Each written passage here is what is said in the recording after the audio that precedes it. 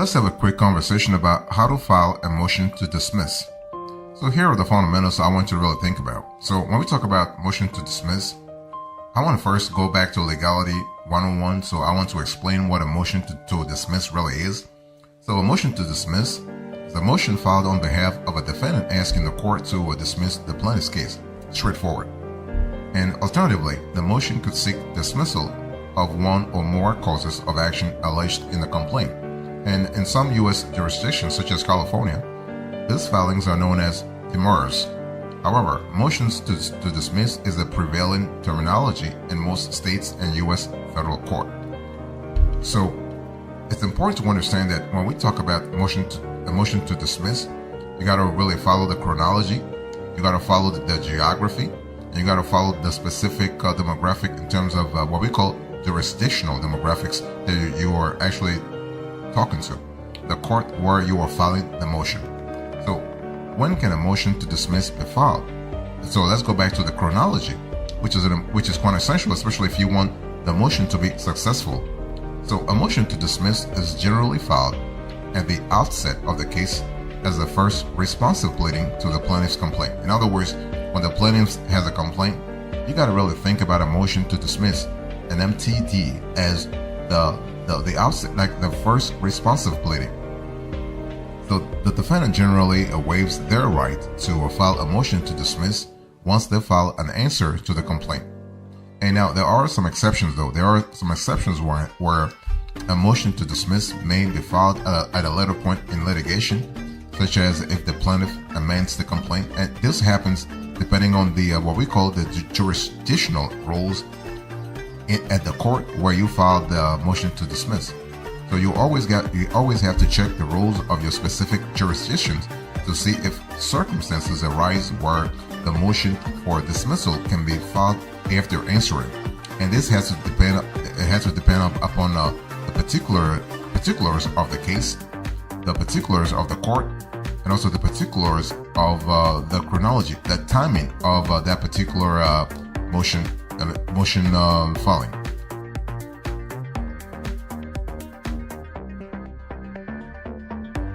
So when we talk about how to file a motion to dismiss, it's important to understand that you got to have the right foundation, what we call the right foundation for filing a motion to dismiss. So let me give you grounds for filing a motion to dismiss. I mean, we have actually identified five grounds for filing a motion to dismiss. Of course, there could be more, there could be less, but those are the five that we have seen time and again actually come up. Okay, the specific grounds allowed for filing a motion to dismiss may vary slightly from jurisdiction to jurisdiction, but the following five, and we're going to put this on the screen. The following five are among the most common. So you have lack of jurisdiction, inadequate service of process, statute of limitations, lack of standing, and failure to state a claim. We're going to put this on the screen so it's clear for all our viewers. Lack of jurisdiction, inadequate service of process, statute of limitations, lack of standing, and failure to state a claim. Let me really break it down for you. So when we talk about lack of jurisdictions, what are we talking about? Well, the court could actually lack subject matter jurisdiction, where the court does not have the authority to adjudicate a particular kind of case, or the court could lack personal jurisdiction over the defendant, such as where a defendant sued in state court is an out-of-state resident lacking minimum contacts within the state. You also got to think about inadequate service of process. So the summons and complaint may not have been appropriately served on the defendant. And when we talk about statute of limitations, if the statute of limitations for any of the claims in the complaint has expired, a motion to dismiss is appropriate. You have to think about lack of standing. So the plaintiff may lack standing to bring his or her claim, meaning that he or she cannot demonstrate any harm or injury to himself or herself arising from your client's alleged conduct. So there has to be a strong correlation here. Also, when you talk about failure to state a claim, the plaintiff may fail to state a claim for which relief can be granted. The argument here is that even if all of the plaintiff's allegations are accepted as true, the plaintiff still fails to plead all the essential elements of one or more of his or her claims.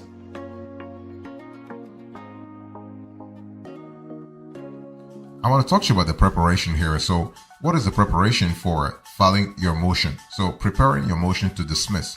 So once you have identified the need for a motion to dismiss, which can be filed on a timely basis, you must do the hard work of preparing that motion. So I want to talk to you about, so when we talk about doing the hard work, we are speaking about compiling necessary research and maybe evidence, if possible, crafting a persuasive argument, and properly formatting and structuring your motion. Let me break it down for you. Let's go granular here. So let's first talk about compiling necessary research and maybe evidence. First, you must conduct all the necessary research that will provide a legal basis for your motion to dismiss, whether that includes case law, statutory law, or other legal basis. So this is what, like, the due diligence has to be strong. You have to buttress that level, that phase in your research. So most motions to dismiss are based on the allegations of the complaint that alone, not actual evidence. So it will generally not be necessary to gather supporting documentation or other evidence. However, some types of motions to dismiss, inadequate service of process, as one example, may require supporting declarations or documentation. And when we talk about documentation, we are speaking about granular documentation. So what about, you got to craft a persuasive argument. That will be very important. So once you have compiled the research or evidence that will support your motion to dismiss, you must craft a persuasive argument. Judges apply exacting standards to dismissal motions and will generally only grant them with an airtight legal and factual basis. Accordingly, familiarize yourself with the legal standard that must be met for your particular type of motion to dismiss and use the most persuasive component of the relevant law.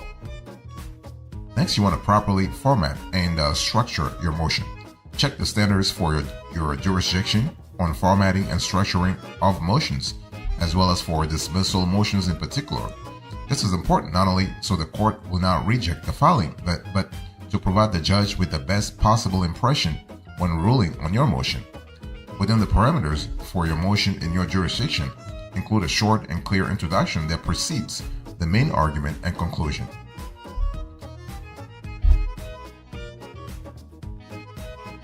So let's talk about the steps here. When we talk about how to file a motion to dismiss, what are the steps you need to really think about? Well, filing and serving your motion to dismiss, attending the motion hearing, dealing with the court's decision, and also dealing with clients seeking legal advice on motion to dismiss. Let's first talk about the filing and serving. How do you file and serve your motion to dismiss?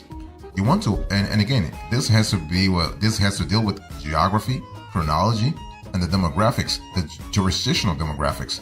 So you want to follow the applicable rules and procedures for filing with your court and U.S. federal court accepts electronic filings only, and many state courts also have e-filing procedures rather. So whenever possible, you want to take advantage of this option.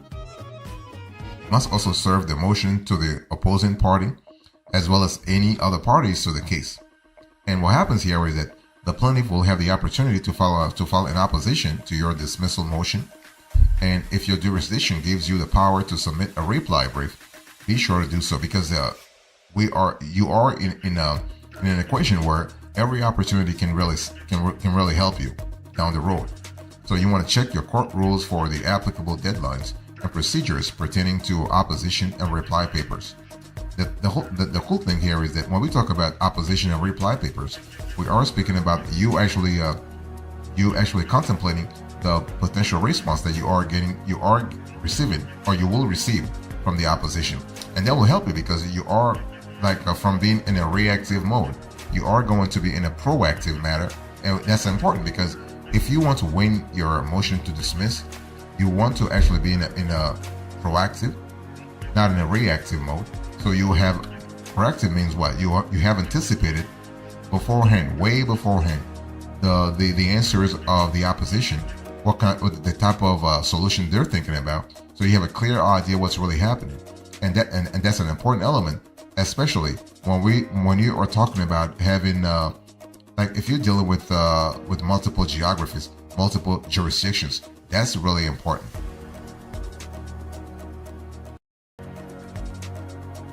Let's talk about the second step here, attending the motion hearing. So this is where preparation meets consistency and then creates a successful foundation.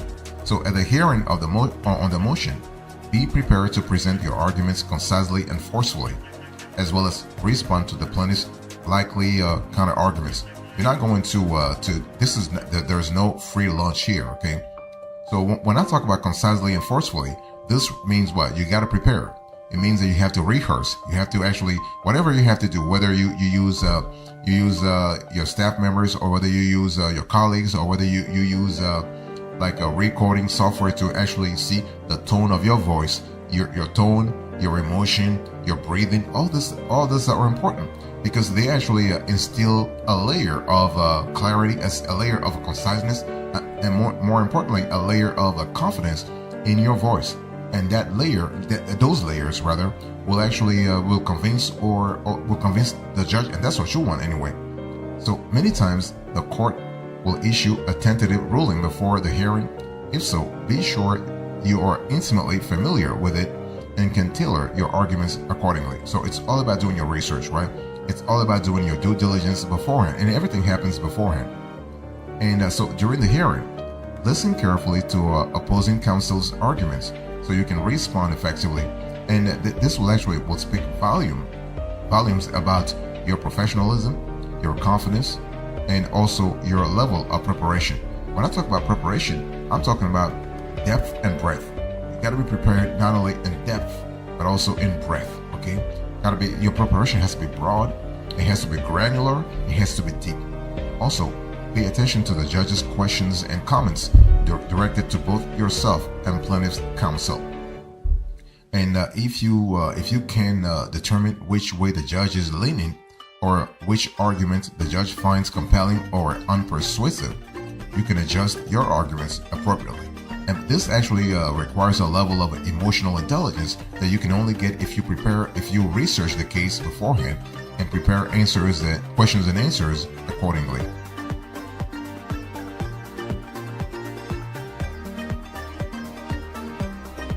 Let's talk about dealing with a court's decision. So it's important to understand that when you file a motion to dismiss, you got to have a clear idea what could happen, right? So scenario A, things go fine. Scenario B, things don't go fine. Scenario C, things are like it's like 50-50, right? So if the court grants your motion to dismiss the entire case, the case is dismissed, but the plaintiff has the right to appeal the decision. Then there is the potential you will have to file an opposition to their appellate brief and proceed through the appellate process, possibly to the point of a hearing in the appellate court. And the court may also dismiss one or more claims or the entire case, but will leave to amend. So this allows the plaintiff to amend the complaint to see if he or she can fix the defects in the original complaint. Now, the defects that we're speaking here about, the defects can be qualitative or quantitative, depending upon the jurisdictional metrics, the jurisdictional benchmark that we are following here.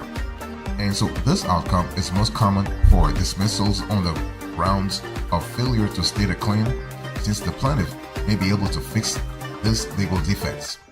Another motion to dismiss may be necessary if the plaintiff still fails to state legally viable claims against your client, or if jurisdiction or statute of limitations issues persist with the amended complaint. It really all depends upon the geography that you're in, the chronology that you're in, and also the demographics, the court demographics that we are talking about. And so what happens here is that when the court denies your motions to dismiss, the litigation generally proceeds. Some courts, like U.S. federal courts, only permit appeals from final judgments, meaning you cannot appeal the court's denial. It's an important element to think about. And check with your jurisdiction to explore the possibility of an appeal from a non-final judgment, commonly known as interlocutory appeal. Keep in mind though, you may still be able to seek pre-trial dismissal of the case at a later point, such as with a summary judgment motion. So you always have the opportunity to adjust your strategy And it really depends upon the strategy that you have adopted going forward. And this strategy can actually be amended depending upon what you see the court deciding.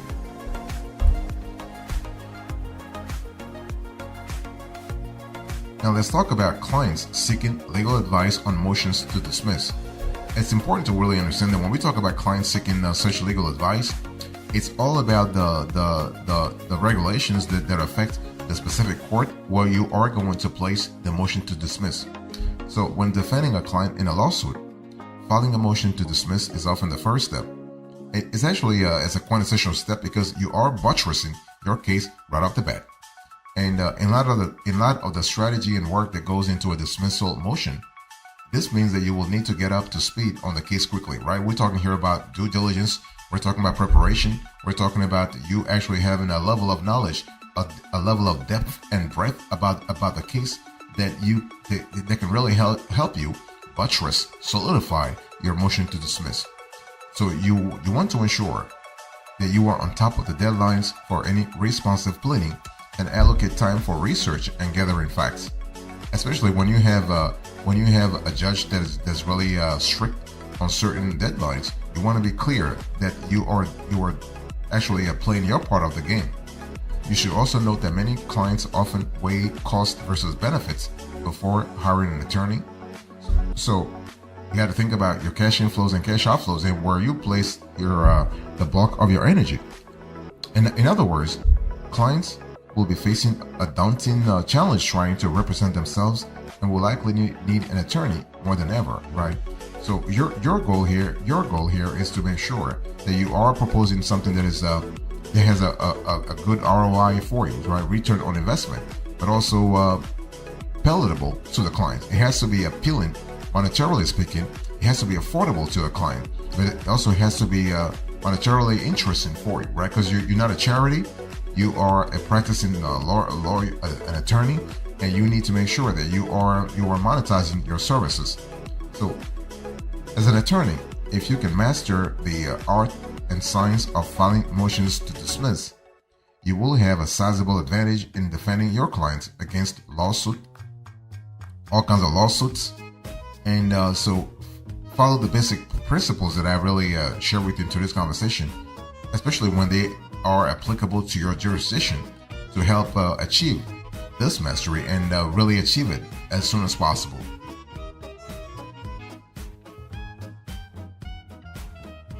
So what are the closing remarks here? In today's conversation, I spoke to you about how to file a motion to dismiss.